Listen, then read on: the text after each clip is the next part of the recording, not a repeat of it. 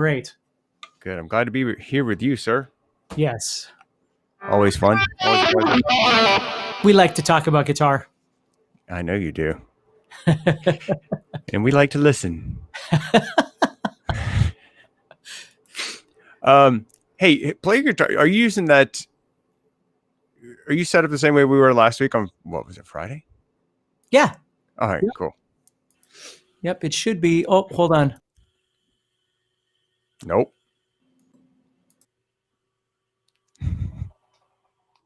Nope. Can you hear me now? Yes. Okay. Yeah, I'm set up the same way. It's so weird how that does that. Hey, Mike. Hello, everybody. Hey, Viv. Hey, Viv from NYC. That's a nice time to be in NYC. I kind of wish I was there. Yeah. Hi, Steve and Dan. Cool. Guys, thanks for joining us. I'm going to grab my coffee. And I'm going to jam a little bit. See if it sounds okay. Go ahead. Okay.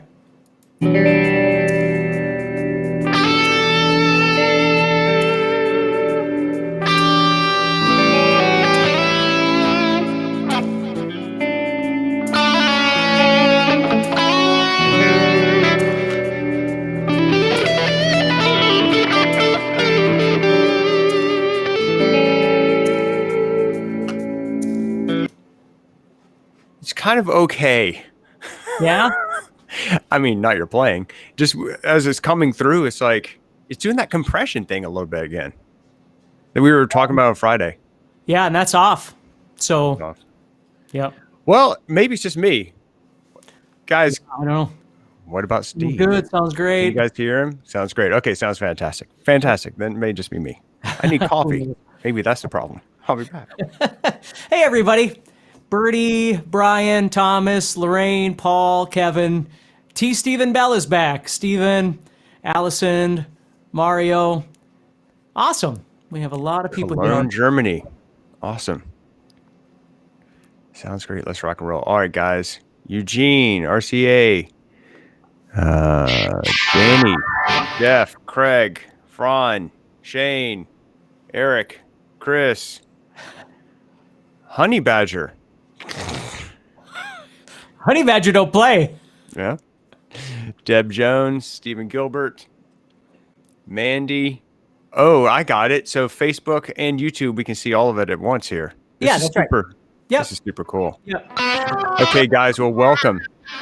While everybody's still piling in, Craig Grant from California.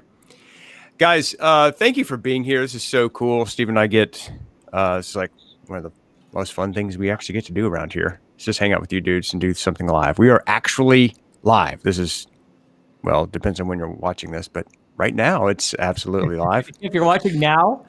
If you're watching now. A relative term, but. Yeah, that is relative, isn't it? So thanks for being here today. We are, I'm Dan Denley, founder of Guitar Zoom. This is my good friend, Steve Stine, guitarist extraordinaire and teacher and friend. So we're going to be talking today, or Steve is, about creative soloing. Oh, Simon Hughes says, go ahead, Steve, can you read that? Oh, yeah, I just put it up on the screen. Yep. Oh. Sorry. Here it is again. Loving your Modern Blue course right now, it says. Awesome. Is that the masterclass? Modern Blues masterclass? I think so. I'm not sure. Yes. Masterclass. All right, dudes. He says, so you're saying you're live. So you're saying there's a chance. Actually, we are. We are live. So, guys, thank you so much for being here. Really appreciate you. From East Tennessee, is that Chattanooga over there or Knoxville? Just curious, because I'm from Tennessee. I purchased the course today. Thank you. And by the way, okay, I want to see who that is. Eddie Raines. Cool. See, I can see their names on this page, but not on the other. It just says Facebook user. So weird. Oh, no, it still does say Facebook user. Oh, whatever. Anyway, guys, thank you for being here. Really appreciate it. I'm stumbling over my words here. We're going to be jumping right into creative soloing today. Creative soloing is and how it relates to essential techniques. And we're going to be talking about all the different techniques that you need to be able to execute for creative soloing. if you want to learn that, keep watching. Keep hanging in here with us. We're going to go for maybe about 45 minutes to an hour. If you want to learn this stuff that we're going to be talking about today even faster and in a step-by-step way, check out Steve's new course. It's called Essential Techniques by Steve Stine. All new, completely brand new, never before seen. And it's available right now at guitarzoom.com. And a whole lot of people have already signed up for this course. By the way, guys, if you already signed up for the course on Essential Techniques, tell us what you wanted to get out of it. Like, what's the number one thing that you wanted to learn from this course? And that would be super cool. And if you decide to order it today, we've got several fast action bonuses for folks who order during the live event thing. You could just go to Guitar Zoom, click on the big banner that says Essential Techniques. It'll take you straight to the page. And there's some cool fast action bonuses there, including some actual courses that you get when you order through. See, the timer says, it says 7 days, but actually on our big team meeting this morning, they were thinking about closing this early because there's been a whole lot of people signed up. We don't want to get overloaded.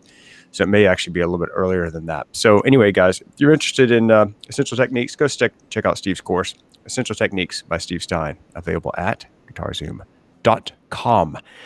Creative soloing. Steve. Yes. Where should we go as far as a starting point, sir? Oh, well, and wait. And okay. Make sure you guys... Sorry, I'm really having a hard time getting going here, dude. Make sure that you guys put your questions wherever you are. Facebook, YouTube. We're going to have a rapid fire question and answer session a little bit later, about at the halfway point. We'll try to get to as many questions as we possibly can. The only one favor that Steve and I would like to ask of you is please keep your questions related to creative soloing or just soloing in general. And don't stray about, everything, and because that helps keep us on track and not get off track, and that's helpful to everybody. So questions, please post them and let us know what you'd like to learn about soloing. Today we're talking about creative soloing from Essential Techniques. Take it away, sir. Okay. All right. So the main thing is that when people go to solo oftentimes, when they first start learning how to do this, they have issues with every time they solo, everything sounds exactly the same, or it always just sounds like they're playing scales. So what I thought I would do is, again, my information, what I thought I would do is kind of give you some ideas of things to think about, and then use a backing track here to sort of show examples of what I'm talking about. So the first thing we're going to do is we're going to talk about, and I'm not going to go deep into this, but I am going to mention this first, is guitar tone. Your guitar tone should match the situation that you find yourself in. If you've got a really, really, really heavy tone, but you're trying to play over a ballad or something like that, or vice versa, I'm not saying it has to be exact blues. I've never been the kind of player that goes out and buys gear to try and match different things. I just play what I like, and if it feels good, I'm good. But I still try and dial in something that kind of matches the musical situation that I find myself in, because it's easier to feel kind of in the pocket of the music. So that's the first thing. The second thing is what I call fretboard freedom. And, we have, for instance, what's the course we have, Dan, that fretboard mastery or ultimate fretboard connection or whatever it is? Yeah, we actually have two fretboard courses, guys. One's called Unlocking the Fretboard Connection, which has been one of the top sellers that we've ever had for the past 3 years or something like that. And then we also have Fretboard Mastery. Yeah. But both of those are available. You can just click on the shop button at Guitar Zoom and check that out if you're interested. Unlocking the Fretboard Connection. Right. Is that's what that's about. Okay. So basically, the more you are limited to your ability to move around the fretboard, obviously the less creative you're going to be able to be. That doesn't mean you can't make amazing music with just one position or something like that. But I'm telling you, one of the biggest things, one of the biggest revelations of my playing was when I really started learning how to maneuver around the whole fretboard. And I always talk to people about when you start really getting comfortable with being able to do this, then you start thinking about your fretboard in different sectors. Like down here, if I was going to play, it's lower. It's almost like I'm kind of talking quietly to somebody. When I move into, Now it's like I'm talking loudly. I'm speaking more, adamantly. When I move up here, now it's like I'm singing. Like this is a singing voice. And when I move up here, it's like I'm yelling at somebody, right? So it's nice to think about it that way, because when you approach a solo, the first thing you have to do, and we're going to talk about analysis a bit here too, but you've got to decide how you want to start this solo, because I've always thought of solos as being like the point of the solo is to make a connection to the music. It's not, I remember a kid, when I used to teach lessons, private lessons, I would always ask them, okay, so explain to me what soloing means to you, when they started learning how to do that. And I had a student that once said, to show off. That was his answer. And nice. What else is it for? Yeah, maybe that's possible, but really it's singing, but on the guitar, right? It's us doing our thing without our voice. We're doing it with the guitar. And to be able to do that, we've got to be able to maneuver around the fretboard. So there's a few things I want you to think about. So one is fretboard freedom. The more you understand how to get around the fretboard, the better off you are. Now, we talked about this in the last few sessions, how understanding some theory, understanding technique, and expanding on your creativity, these are three different buckets, if you will, that are really, really important for every guitar player to try and mess with. So that's one thing is fretboard freedom, okay? Nice. Yeah, so the next thing we're going to do is we're going to move in and we're going to start talking about assessing a situation. Like we're going to listen to this backing track that I have, and then we're going to try and figure out like what would you do, and then what would I do, right? Now again, I'm not saying I have all the answers. I'm just saying I have learned how to respond to music far better than I did, 30 years ago. So what we're going to do here is we're just going to listen to this a little bit.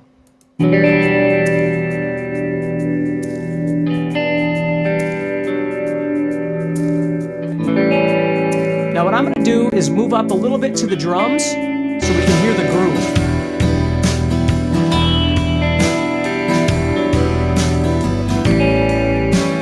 So what I want to do at this point is I want to start figuring out, well, number one, before I worry about the key, I want to figure out the groove. I want to know the tempo, and I want to know the groove. Now the groove, whenever you play over something, it might be in 4/4 time or whatever it might be, but the subdivision of those is going to feel either like a straight beat, 1 and 2 and 3 and 4, and you can go back to the first live session that Dan and I did, and I talk about this, or it's going to feel like a swing groove, okay?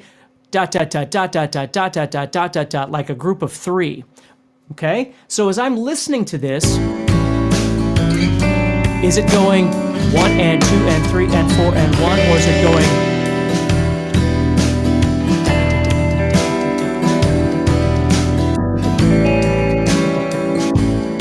See, if I move back, these are my beats, but the groove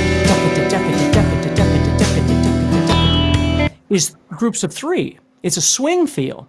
And I want to know that because when I go to start playing over the top of this, once I figure out the key and that sort of thing, that's what I'm going to focus in on with the rhythms that I play.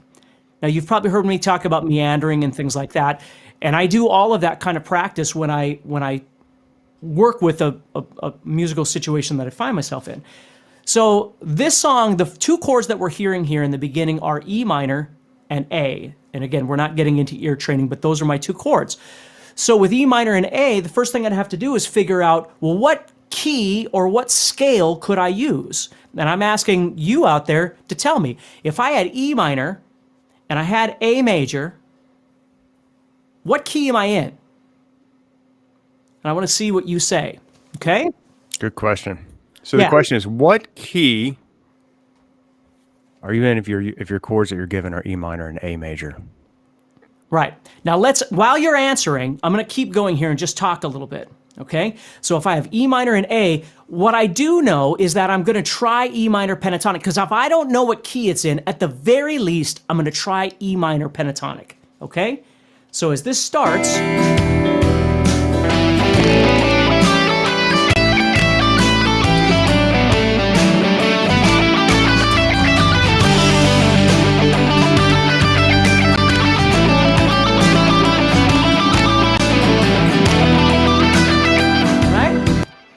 So I could use E minor pentatonic. Now, this is where the separation, when we talk about music theory, this is where theory might become really important for you.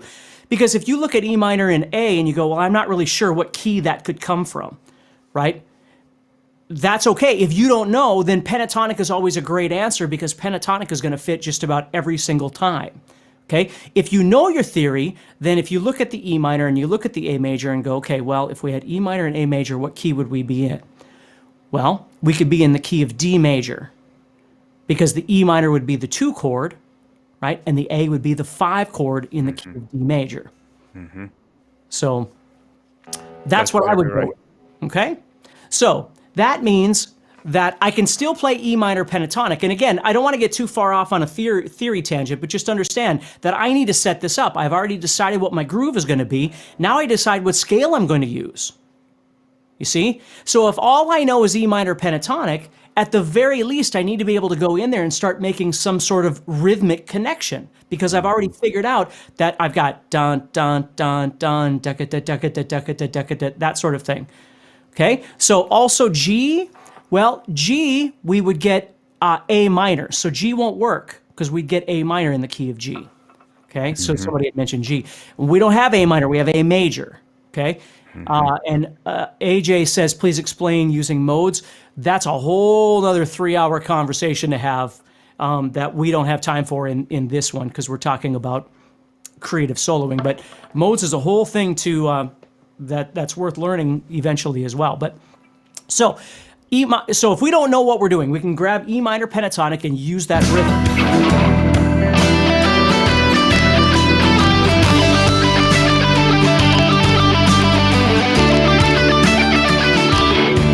Able to make that musical connection rhythmically, I've got to have the availability technically to be able to pick at whatever speed, right? Now, I don't have to play the triplets that fast, but that's what the triplets are. This song, the triplets are that fast, right? And I don't really have any other option other than just going to the quarter note. I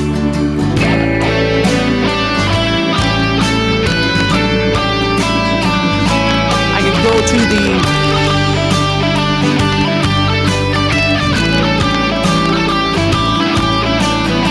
Now, again, I'm just meandering right now, but so those are my options rhythmically of what to do over the top of this, okay, that fit that rhythm. Now, oftentimes when I solo, I like to do free time stuff too, and we'll get to that in just a little bit, okay? But those are my options. So technically, I've got to be able to make that connection.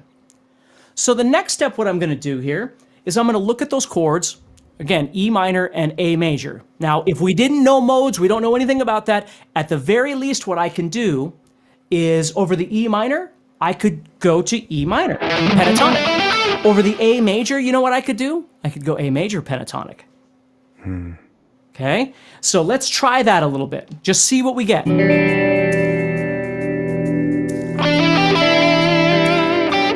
going to go A major.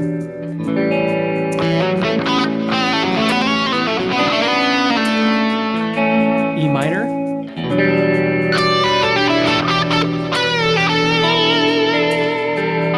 Major. I'm going to do it up here this time. E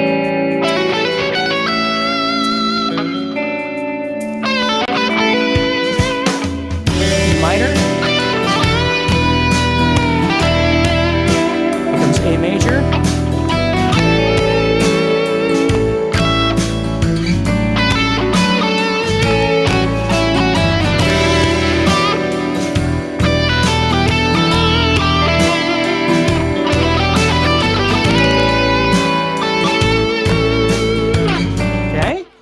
So again, at least there's some element of musical separation between these chords. I'm not simply moving up and down inside E minor pentatonic the whole time, but I'm actually trying to make some sort of connection to the A chord.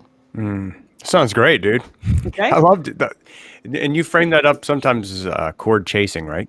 That's right. That's right. So at this point, because I'm not sure of what mode or whatever it might be, I'm just trying to go, okay, well, E minor pentatonic over the E, A major pentatonic over the A, right? But when I get in there, and again, we're going to talk about the diatonic scale as well, but at the very least, when I get in there, I need to make this musical connection by thinking about the rhythm. And then there's 2 other things I need to start thinking about. The next one is phrasing. Now, phrasing is kind of like when you listen to someone talk or you listen to someone sing or you're reading a book or something like that, it's the length of the sentences. And those sentences, the way that they end, right? Sometimes they end, with a period or a comma or an exclamation mark or something like that.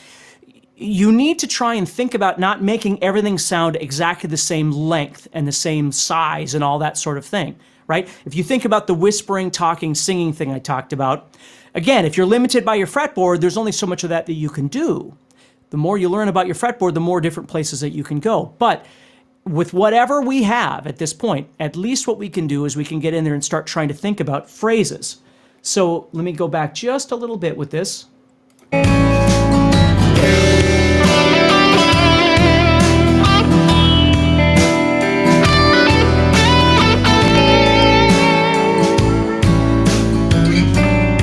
You see, instead of just going da da da da da da da da da da da da da the whole time, I start thinking about trying to break my playing into different sizes.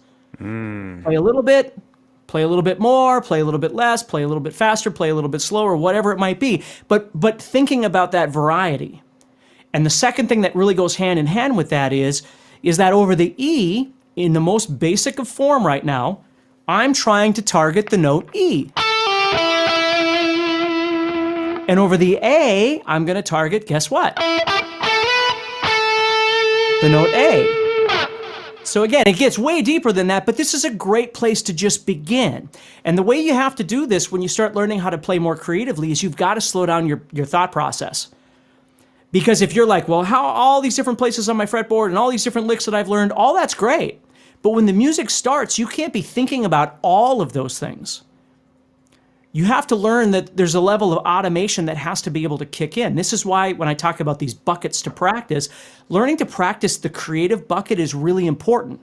Because if all we do is practice licks and scales and theory and whatever it might be, just because we know how to do these things doesn't mean we can apply them in a creative aspect. So we've got to be able to spend a little time, again, slow down. It doesn't have to be fast. Don't even think fast at all. Just think, okay, I'm going to try and play E minor pentatonic over E minor and A major pentatonic over the A major. I'm going to try and play in a rhythmic sense that fits. And if I don't understand the rhythm, I shouldn't even be worrying about this. I should just go back and practice my rhythm over it, right? But once I've got that dialed in a little bit, and again, we're going a little fast because we only have so much time here, then what I want to do is I want to start thinking about phrasing and chord connection. And my chord connection at this point is the E over the E minor and the A over the A minor.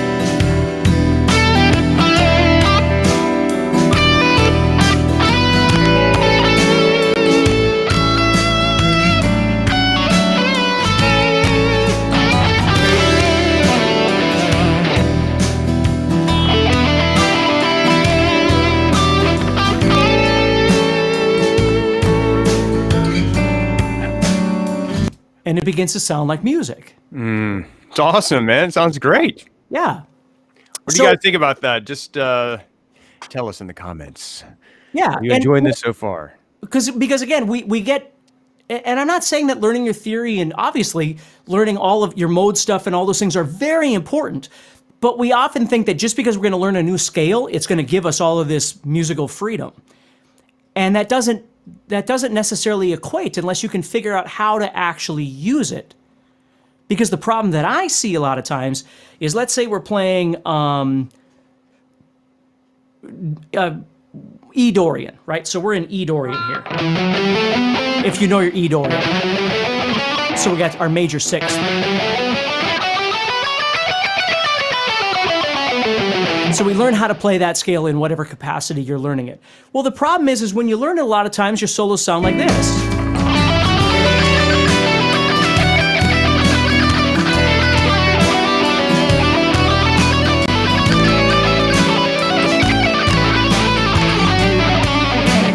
I'm still not really saying anything.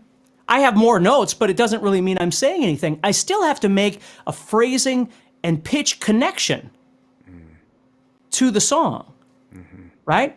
It's just that if I know more about my theory and I know, for instance, E Dorian, which is essentially what I'm playing here in the key of D major, I can do what I was showing you before with E minor and A major. I can do it in the same spot.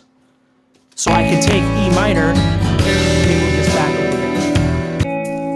little bit. So here comes E minor. And here comes my A. I can do it all in the same spot if I understand more about what I'm doing.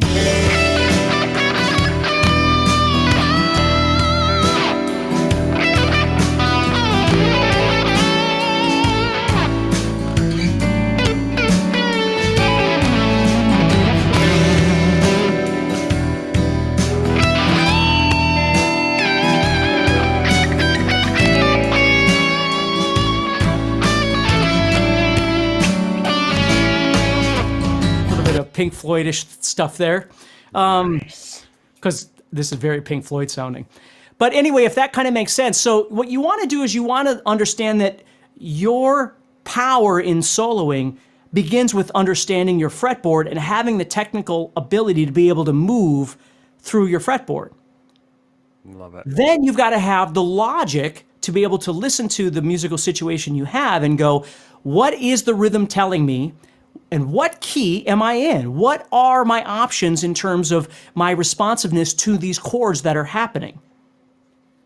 Then you've got to go in. The third step is you got to move in on a creative level and start trying to think, well, how do I phrase and how do I make a connection to these chords as they're happening? If I'm just playing up and down the scale over and over and over, again, I can get lucky sometimes and it'll sound really good, but it's a ratio that I don't really want to mess with, because sometimes when I play, it's not going to sound very good. If I try and really make that musical connection, I'm going to have more of an opportunity for it to sound like music. Maybe it's not as flashy as I want or whatever. Those are all things that I can work on, but at the very least, I'm making music that sounds like it's music. So, does that make sense? Yeah, dude, this is amazing stuff. Guys, what do you think so far? Just let us know in the comments how this is resonating with you, if you're enjoying this, if you've had an aha moment so far, that would be super cool. Guys, if you're just joining us, we're about halfway through this creative soloing session here with my good friend Steve Stine.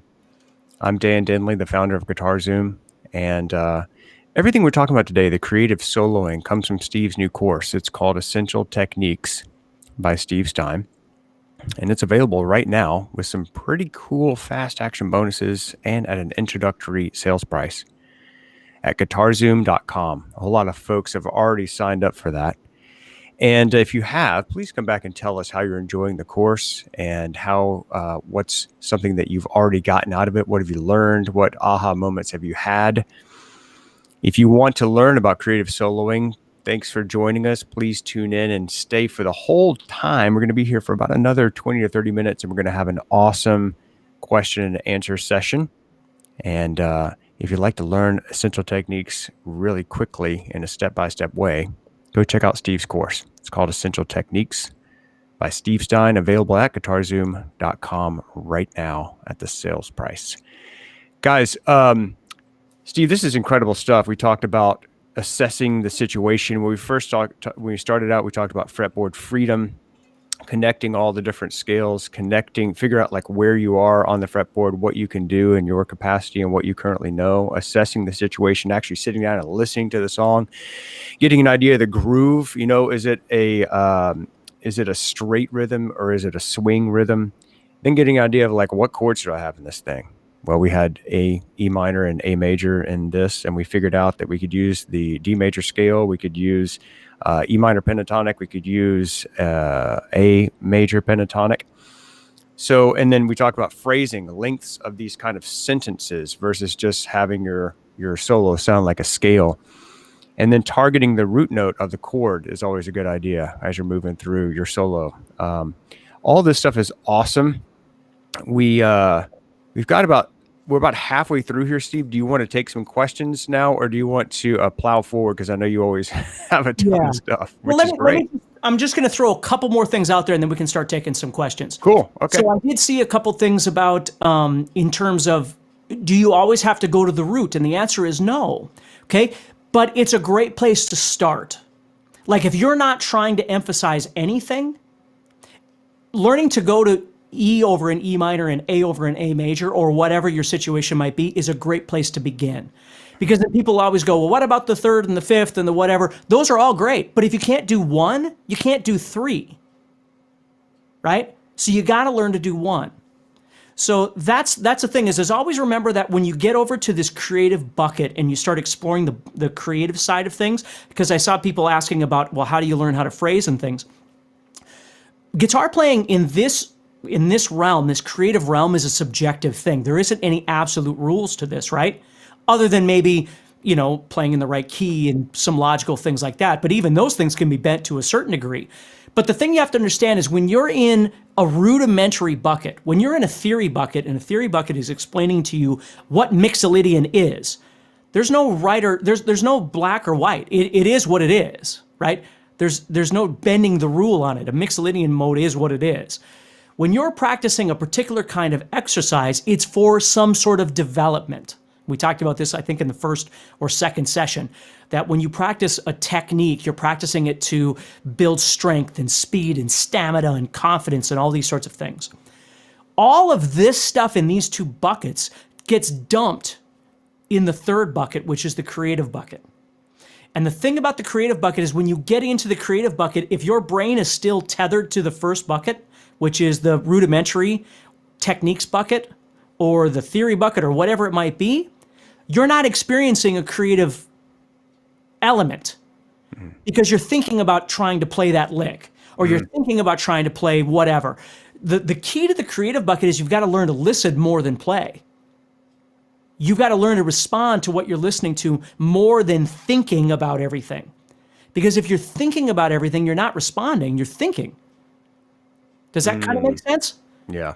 So when I'm hearing this, again, I've been doing this a long time, but when I listen to this, I understand that I'm gonna maneuver around the fretboard and I'm gonna make connections, sometimes on the root, sometimes on the third, sometimes on the fifth, sometimes I'll play an arpeggio, sometimes I'll do whatever.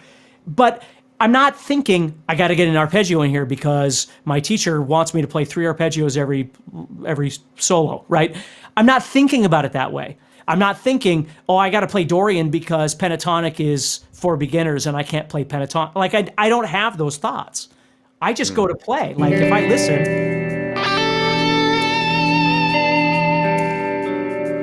here comes that A.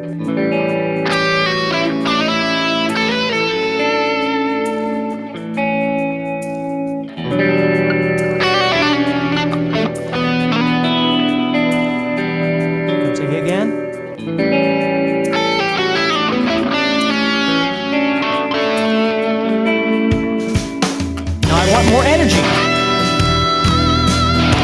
So I'm going to go into that singing area.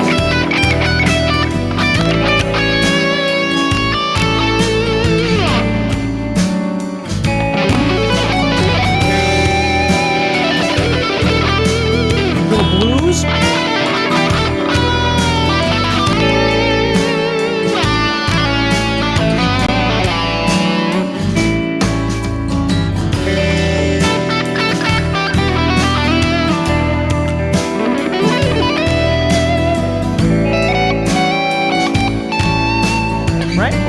Again, I'm not going to spend the whole time doing this, but you get the idea. So as I'm phrasing, I'm thinking about, oh, I should throw some blues in here. That would be kind of cool. It sounds like something different, right?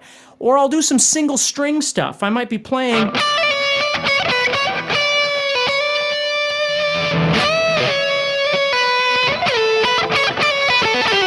To get some sounds like that or whatever it might be. So, hopefully that helps you a little bit in understanding the process. Like, if you need to go back and watch this, of course, it'll be, on YouTube and on Facebook and all kinds of places you can rewatch it. But when you got some time, I would love for you to write down some things and go, okay, so I need to assess my situation, right? I need to study my fretboard a bit more. I need more, practice on my technique. Because if I can't execute what I want to do with my fingers, even if my brain's telling me what to do, but my hands won't do it, that's something I need to work on. That's what, like this course, that's what techniques, essential techniques is all about, is developing those things so you use them when you choose to, when you want to use them. Because the last thing I'll say, and then we'll get to this, is be careful of complacency. Okay? You need to understand your music and your musical situations. You need to keep developing your creativity. You need to develop yourself outside your comfort zone. That doesn't mean today you're comfortable, don't be comfortable. It means once you establish comfort in whatever you're trying to do, you got to crack the shell. You got to crack that eggshell and move forward. That's how you keep getting better. Otherwise, every time you grab the guitar and play over any style of music or any jam, it sounds exactly the same. And I see this a lot with pentatonic. Like people will learn an element of pentatonic and then they'll go, oh my God, the rest of it just seems insurmountable. It seems like way too much work. So I'm just going to live here and I'm never going to leave this eggshell that I've built for myself.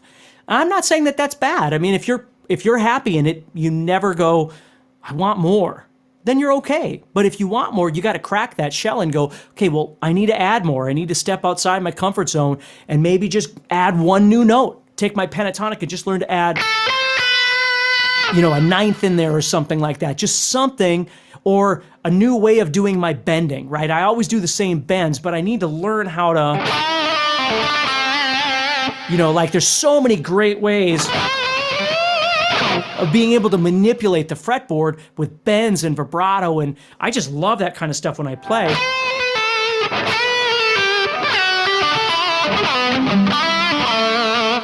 That's where that musicality comes from, is all in all that movement, what I call vocal tools, which I talk about in the course too, but bending and vibrato and sliding and hammer-ons and pull-offs and, being able to take an exotic note that doesn't fit in your scale and throw it in and make it sound really cool, even though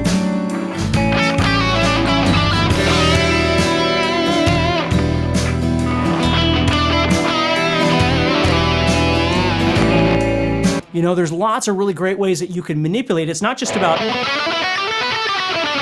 playing up and down a scale, you see? Dude, that sounds so amazing. Yeah, it's cool. I would like to, since you're talking about all of these different bends and you're just showing all those different techniques, could I share my screen and share your mind map with them? Sure. So guys, this is actually, I'm going to show you a behind the scenes look at how Steve Stine's mind works when he sits down and creates a course for you.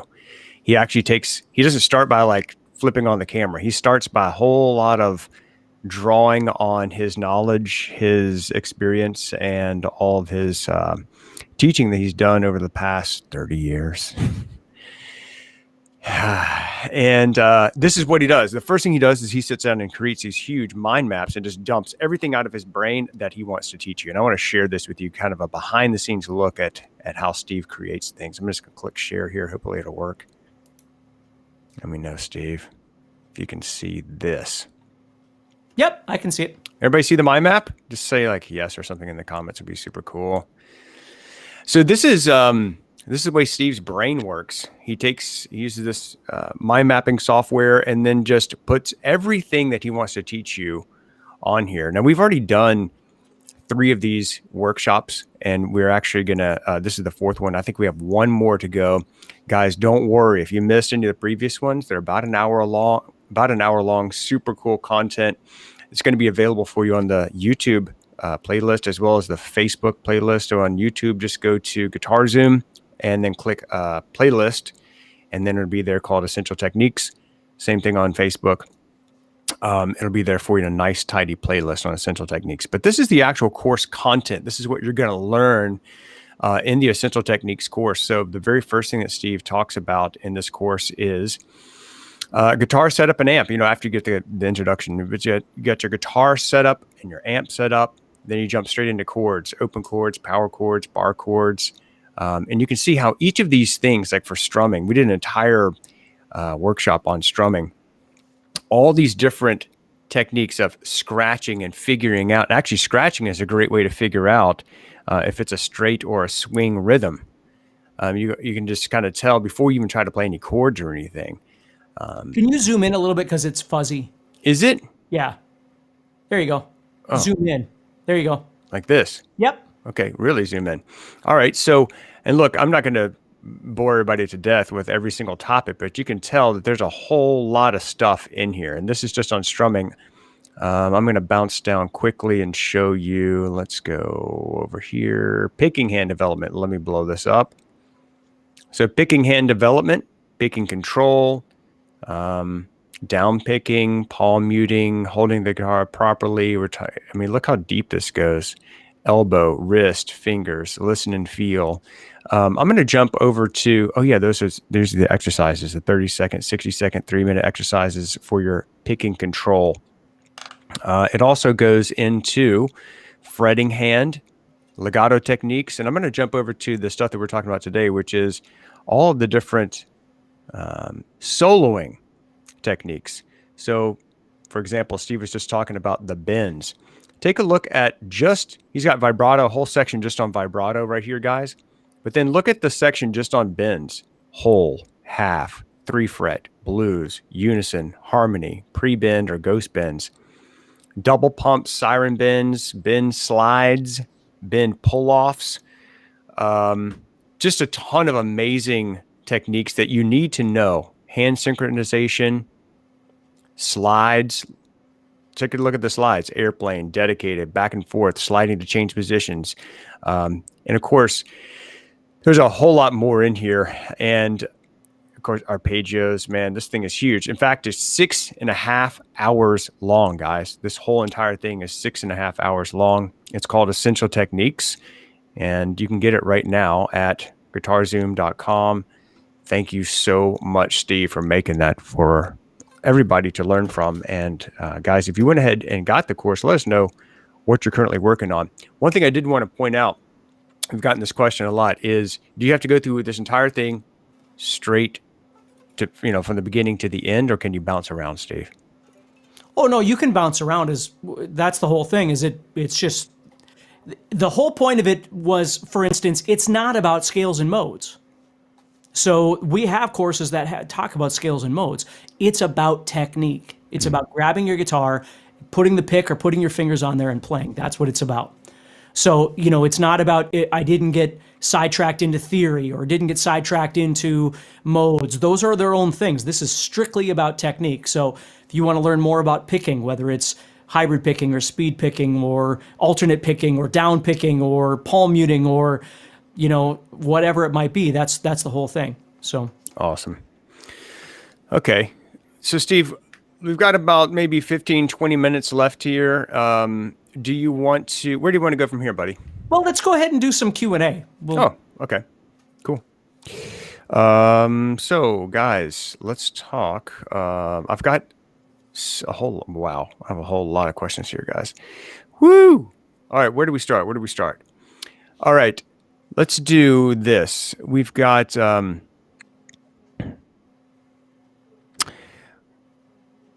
oh man, I'm trying to pick an easy one, Steve. A lot of these things are really deep. Yeah, and I'll just do the best. Just throw them out there. Okay. Nagato says he says, I'm way too comfortable with my major and minor pentatonic scales when I solo. And I guess the question is, how do you kind of get out of being stuck in major and minor pentatonic? Well, the easiest way that I found, as opposed to doing a hard turn to modes, is to do what I call pentatonic expansions. And I can't remember if these are in Fretboard Mastery, or I know it's in one of those, but I do what's called pentatonic expansions, which is subtly training your brain to take a minor pentatonic or a major pentatonic or whatever and add notes to it. Mm-hmm. And you're adding ultimately become modal anyway. They become diatonic, I should say. But it's a subtle way to move into it. So when you're playing, if you're doing like A minor pentatonic, you can take that A minor pentatonic and just learn how to add in one note, like the ninth, and immediately you hear it sounds less pentatonic, because a pentatonic scale always has its smallest interval is a whole step. So everything always sounds like you're jumping. It's very big. When you learn to add in a simple note, like just one note, and it's called the ninth, but again, without getting all hung up on what is a ninth and the history of the ninth, you just learn how to use it.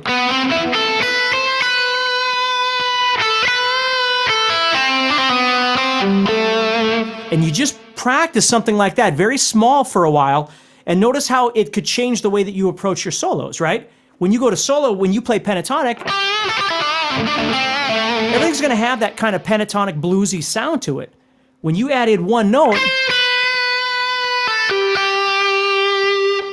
you get a lot of different options out of that. So that's an easy way of moving out of your pentatonics, is simply learning how to expand them subtly by adding in notes. And then once you've added in those notes, then if you start studying modes or something like that, you're going to go, oh, well, that makes sense. I've already been doing that. Love it. Matthew Hudson says, if, say, I'm using the key of C, would I be correct in soloing using the relative A minor? Say that one more time. If I'm using the key of C, Yep.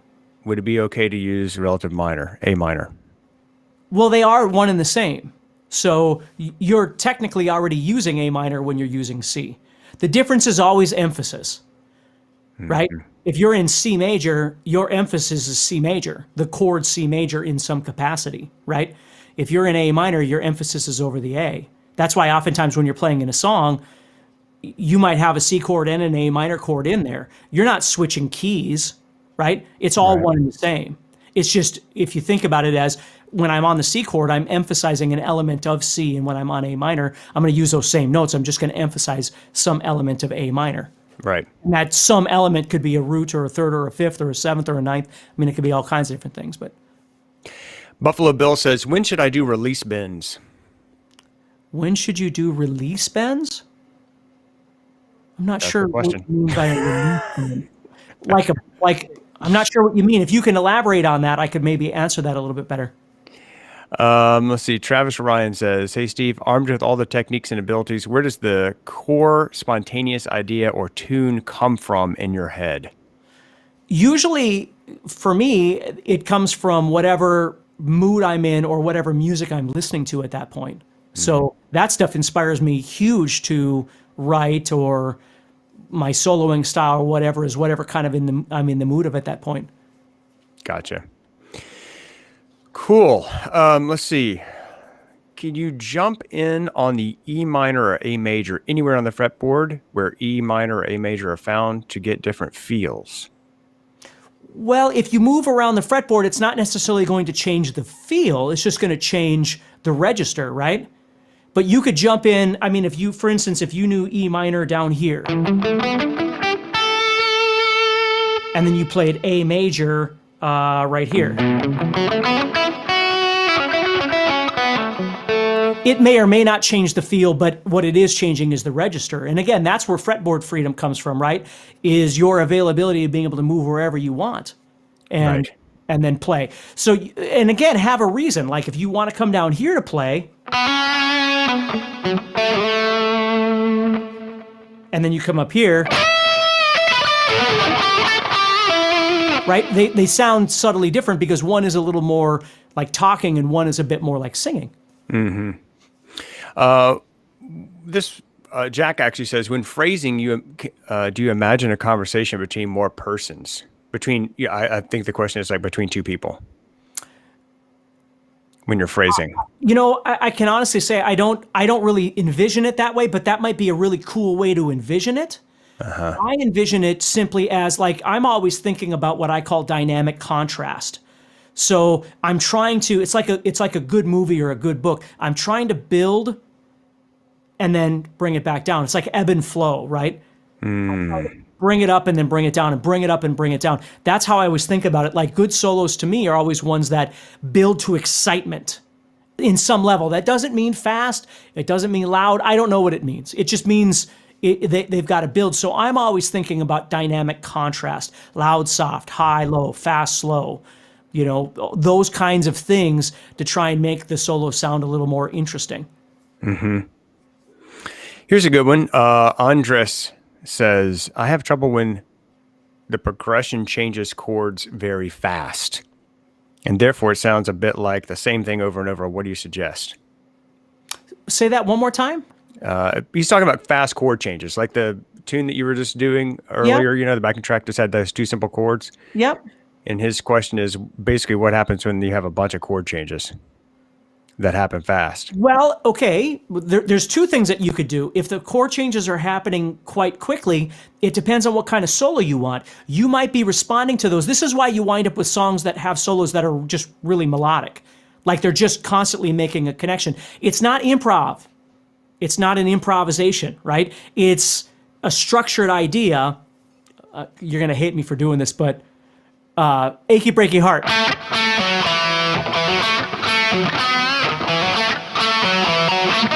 Right?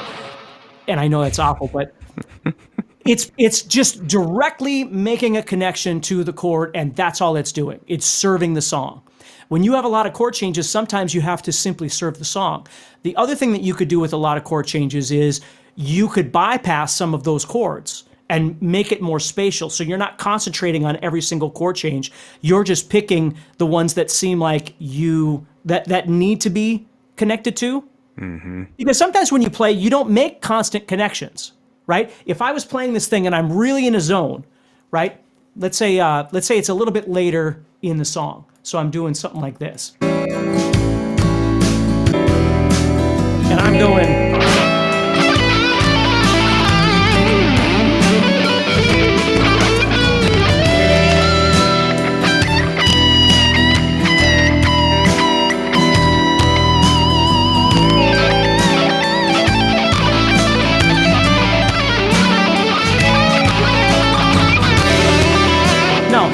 To be honest, I'm still making a connection because I know those chords are happening and I can't get it out of my brain.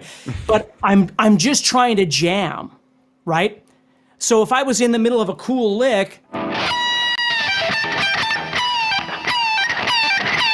there might be a chord change underneath there, and I'm still going to keep going.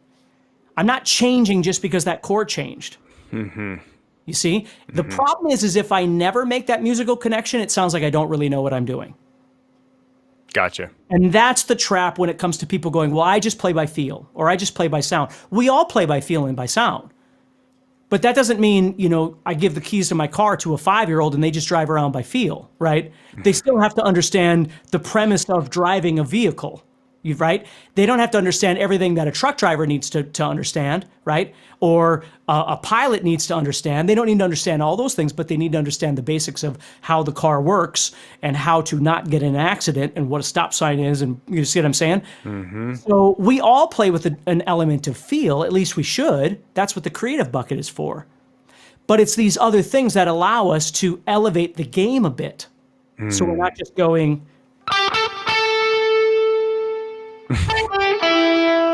Right? Yes. We want to do more than that. There might not be anything wrong with that little thing. But if that's all I do for my solo, it probably isn't going to be very exciting for me or for anybody that's listening, you see? That's right. So. And that's the whole point of this Essential Techniques course, by the way, guys, is once you have these foundational tools, like tools in a toolbox, these techniques that you have mastered, that's why we call them, that's why Steve called them the essential techniques for every guitarist.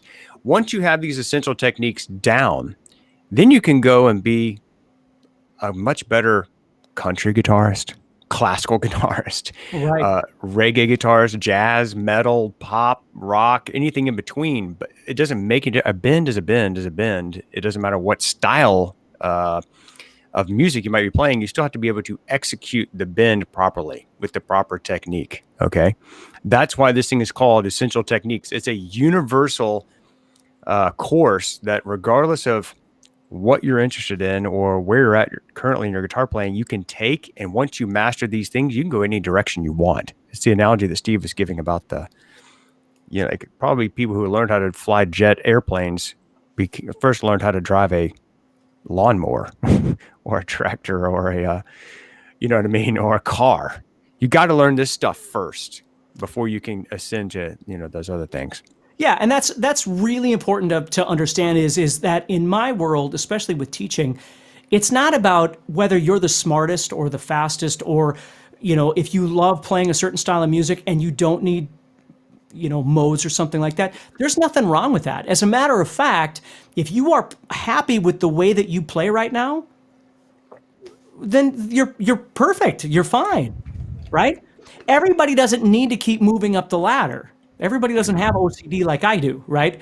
But what I'm saying is if you find that there's things that you don't like about your playing, it's okay to fix them. And there's a way, there's a method to being able to fix the problems that you might be having. But if you're like, I think about that all the time, like somebody that maybe doesn't know all of their scales or doesn't know all their theory and they're playing and just having fun and they're enjoying what they're doing. Do they need to? Here's a story I always use is I had this student once that used to come to me back in the 90s. He was a punk student. All he did was learn old school punk tunes, right? So almost everything was like 1-4-5 over and over and over. And I kept trying to interject to him, look, if I teach you a little bit of theory, you could learn all these songs on your own. And he's like, I don't want to learn theory. I just want to learn these songs and I want you to teach them to me. And he was perfectly happy with that methodology. Right. So what? Right? I mean, he enjoyed himself. That was the most important thing. But what I'm saying is if there are things that are missing, that's when you got to try and look and go, well, how do I break the eggshell and move forward, Yes. Love it. Let's take another quick one here. Vincent says, what is better, to think first and then do it, or only flow with the fretboard freely and play? I don't think I can answer that. I think it's different because there are times where you're going to find yourself in a musical situation that's less comfortable than you're used to, and you're going to have to do some thinking. Yeah. Right? I mean, if there's chords that are outside the key or it's a style that you're not used to, like somebody throws you a jazz tune or, something with stacked chords that involves more than just a simple pentatonic, you might have to think more. It just kind of depends. Doug Smith, and I think Doug's actually a student in the Facebook group for Essential Techniques. So thank you, Doug. Doug has a question, though. It's overlapping the major minor blues. Can you give an example of that? Overlapping the major minor blues? Scale, yeah. Yeah, I got a really good one for you. If you've never seen me do this, then it probably won't be that exciting for you. But, I didn't mean to get rid of the... No, go ahead. But basically what you do is you take your minor pentatonic. Let me turn this off here. Okay? And then you take your major pentatonic. If you take that second position, what I call it, of major pentatonic, and you play that at the same time as the minor pentatonic, and what you do is you pick certain notes out of each one of those and play them together. So for instance, I could play, on the fourth string, I'm going to play 4-7, and then 5-6, and then 5-7, and then 5-8. And what I'm doing is I'm taking notes of the major and minor and I'm sticking them together. And you get that kind of sound. And you get this real cool kind of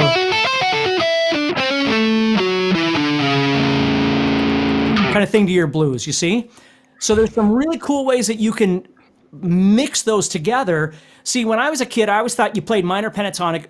And again, I've seen other people say this, but my teacher said you play minor pentatonic over the 1 chord, and then you go to major pentatonic over the 4 chord. And this was a written rule that he explained to me. So every time I would try to play blues, I'd play A minor pentatonic over A, and then when I go to the D, I'd go to A major pentatonic, never even thinking that I had an option of doing something else. And that's how I grew up thinking blues was played. And it wasn't until later that I learned that Clapton and Hendrix and Page and all these guys, it was the combination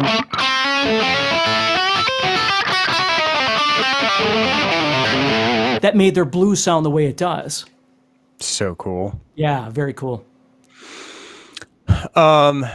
Byron says, is the caged system the best way to learn playing over chord changes? It's a really good way. Now, the way I play caged, or the way I teach caged, is different than I know the way some other people teach caged. I never learned caged as a scalular thing. I learned caged as a visualization of chords. So C is here, C is here, C is here, and here, and here. I learned how to visualize it that way. That way, if I was playing and I wanted a C chord, I could visualize.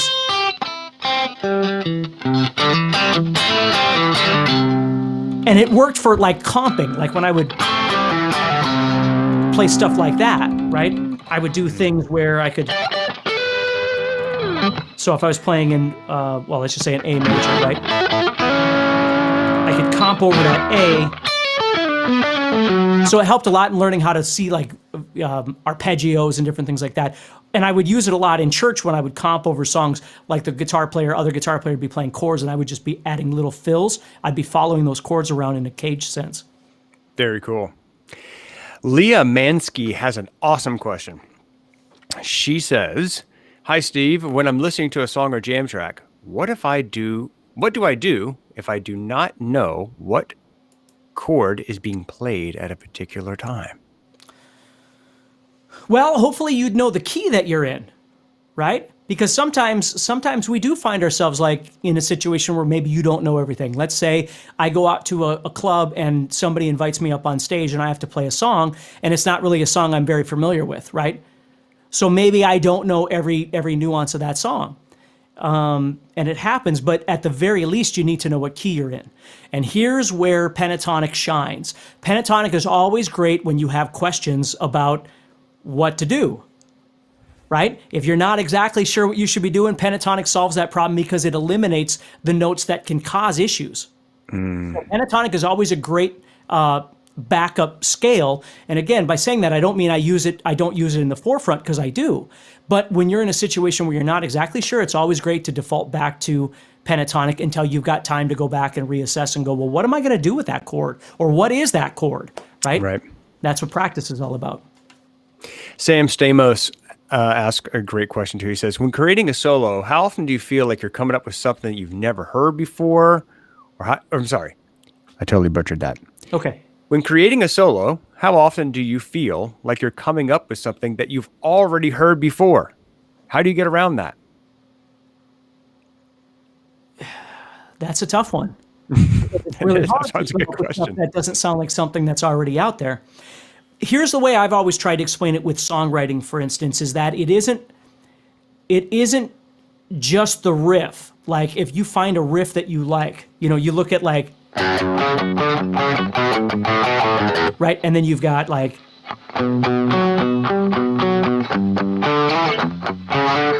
right? They have the same riff, but they do different things. So it's sometimes it may start as an idea that sounds like something else, but in the long run, it goes to different places and does different things. It might be in a different key, it might be in a different tuning, all of these things. But then the next part that really makes all the difference is when you flip it on its side and you start building songs this way. The next guitar part, the bass part, the drum part, the vocal part, all of these things become something completely different. So it might have been a spark that came from an idea from a song, but it becomes all these other things as you build out this way, and certainly as you build this way, if that makes sense. Yes. Okay. Someone just said, just joining. Guys, thank you for just joining. We're wrapping up here. So I want to make sure you guys know about some resources that we have for you so that you can get the absolute most value from the time that you spend with us. These workshops that we've done for you here, we're just wrapping up the fourth one. It's on creative soloing, and everything that we've talked about today and all these workshops is about essential techniques that you need to know as a guitar player in order to take your playing to any level you want, regardless of your particular style of music that you like. Steve has created a new course for you. It's called Essential Techniques. It's available right now at guitarzoom.com at the introductory price, which is ending soon.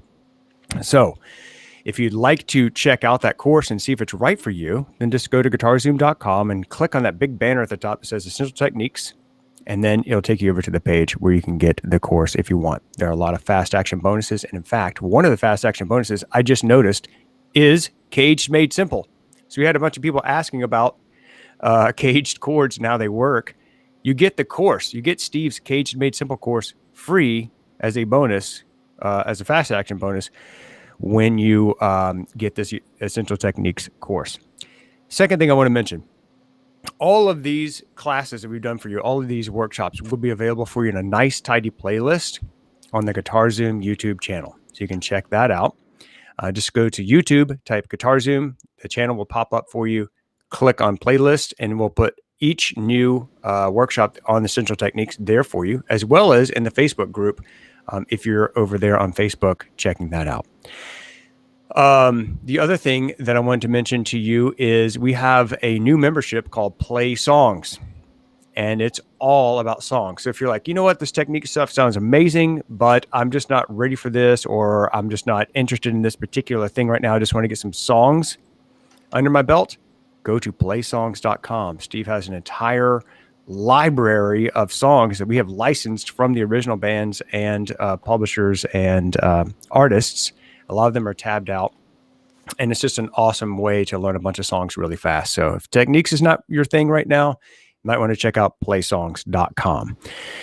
The last thing I wanted to mention, guys, is that we are doing one more of these sessions for you on Wednesday, October 21st, and they are at 10 a.m. Pacific, 12 Central. And I don't even know what the next topic is on, Steve. Do you? I think, as I understand, I think it's all Q&A. Oh, okay. So Wednesday is the big Q&A session. So come prepared with all your burning questions about technique, and we will just hammer out as many questions and answers as we possibly can. What else did you want to cover today?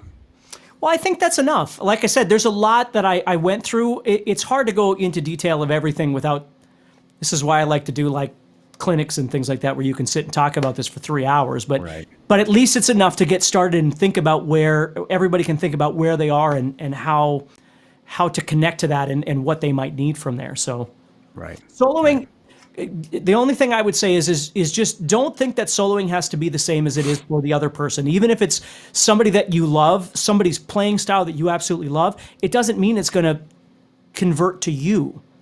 Take the stuff that makes the most sense to you, where you are right now when you're playing, and try and morph it. Because the one thing that I was trying to explain to people is if you're here and you want to get here, I think that's wonderful. But find a logical way to get there. You know, instead of always grabbing something where now you're not even practicing creative soloing anymore, you're practicing, you're back in rudimentary because you're practicing some new pattern or something, that's awesome. But it's taken you out of this bucket again. So the way to stay in this bucket is to take just small little elements and twist them and try and make those into something that's useful and sounds good to your ear and feels good to your heart. You know what I mean? I do. Awesome stuff, Steve. As always, man, it's always a pleasure to be here with you. And guys, it's always a pleasure to be here with you guys. You guys are the reason that Steve and I are even here. And so we do appreciate your support. You guys are just the best. And thank you for your continued time and attention. And one of the greatest compliments that you can give is to share this with somebody you think might be able to get some use out of it. And also, if you're a member of Guitar Zoom, then if you would like to share your experience with folks who have not decided to join us, that if you've had a good experience or even a bad experience, tell us about that and refer folks to the channels and to the website. That's the way we continue to be able to provide value for you. And it's just a cool thing that it's a big circle of love of giving and receiving. That's what we try to do here. So, Steve, anything else to add, my friend? No, I think that's good. Okay, I do too. Guys, we'll see you on Wednesday. Same time, same place, 10 o'clock Pacific time, October 21st for the final Essential Techniques workshop. Again, if you'd like to get the course, it's on sale right now at the introductory price with some really cool extras that you get just for signing up.